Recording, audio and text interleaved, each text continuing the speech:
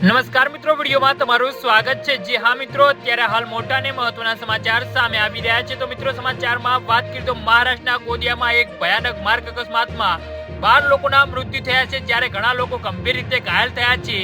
Maharashtra state road transport corporation ની શિવશાહી બસ bike ચાલકને બચાવવાના પ્રયાસમાં પલટી ખાઈ ગઈ હતી। આ અકસ્માત શુક્રવારે બપોરે 12 થી 12:30 વચ્ચે થયો હતો। બસ નાગપુરથી ગોંદિયા જઈ રહી હતી।